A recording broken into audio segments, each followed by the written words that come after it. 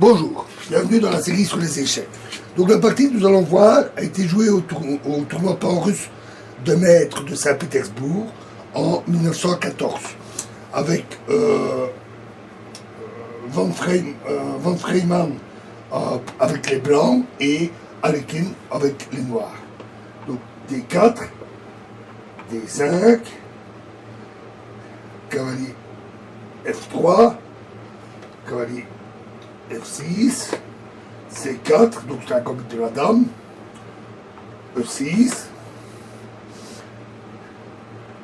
fou G5, donc un gambit de la dame refusé, tout à fait orthodoxe.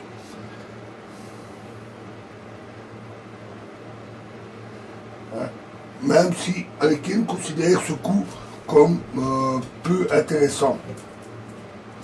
Et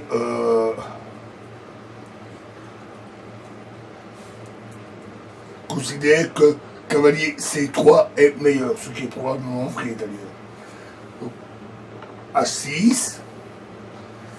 Alors sur ce coup, les blancs n'ont rien de mieux à faire que de prendre le cavalier, en laissant à l'adversaire l'avantage des deux fous. Car après le retrait du fou, comme on va le voir, l'acceptation du gambit est en faveur des noirs. Fou prend fou H4, et là, D prend C4. Alors, plus précis encore que l'acceptation directe, ce serait d'abord fou B4, suivi après de D prend C4. Ce qui permet alors de défendre le pion du gambit par B5. Dame A4 échec. Voilà pourquoi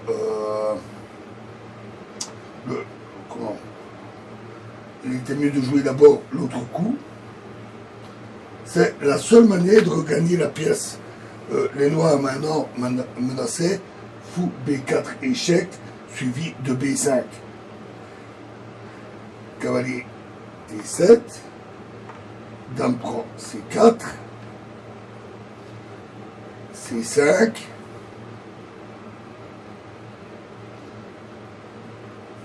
cavalier C3 et A6. Alors, le but ici est de préparer B5 de façon à développer le fou le long de cette diagonale. Les blancs peuvent d'ailleurs pas vraiment s'y opposer. A4. Alors, cette initiative est basée sur des moyens insuffisants. Il aurait beaucoup mieux valu jouer E3 pour défendre le centre. Mais les noirs, de toute façon, sont déjà mieux. H5. Alors, un très bon coup. Pardon, pas B5. B5. Donc, un très bon coup. Donc, le coup qui était recherché. Parce que après A prend B5, A prend B5, la dame et la tour se trouvent tous les deux en prise. Donc les noirs ne peuvent pas prendre le pion B. Dame D3 et C4. Et dame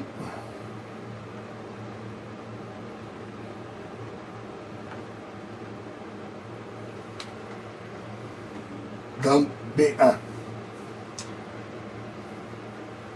Fou B7, voilà, donc maintenant ils ont développé le fou le long de la grande diagonale. Alors ici, en fait, en faisant ça, ils sacrifient un pion, mais le but est que de contrarier le développement des blancs, grâce à la pression qu'ils vont exercer sur C3. Donc A prend B5.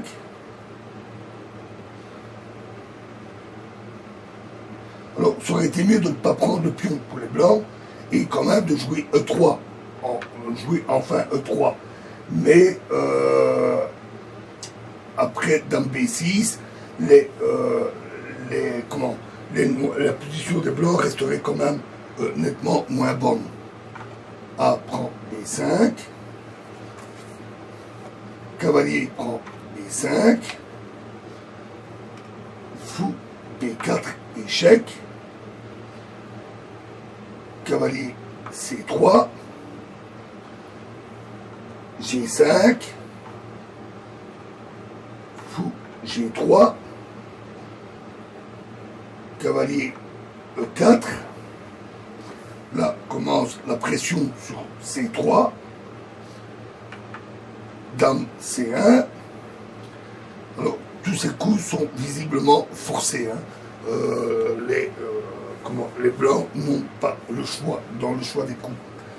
Cavalier B6, qui menace maintenant, cavalier A4, etc. et élimination du cavalier central. Tour prend A8, dame prend A8,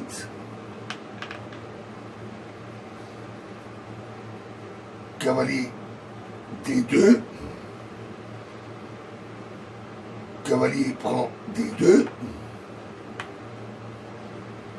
roi prend D2,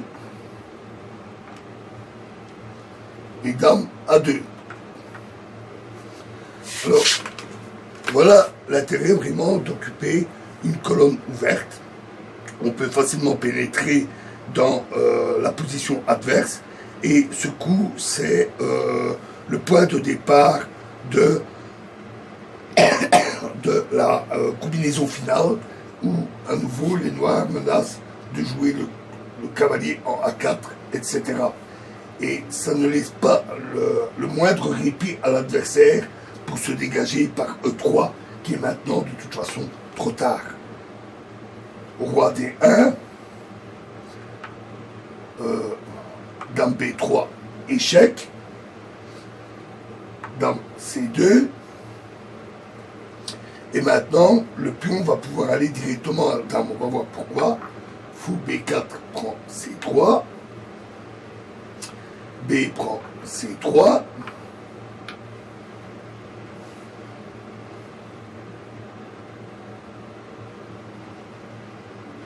et fou E4.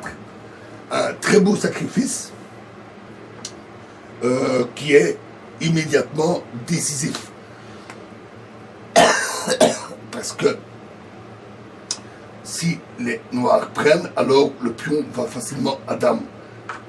Dame prend dame. Et C4 prend B3.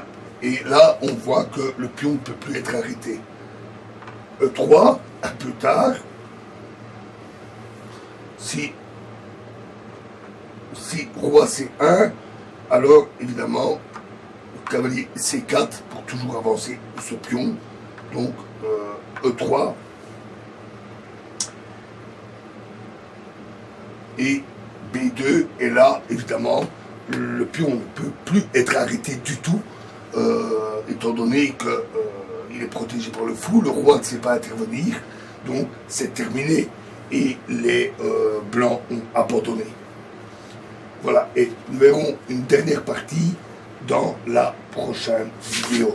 Je vous remercie.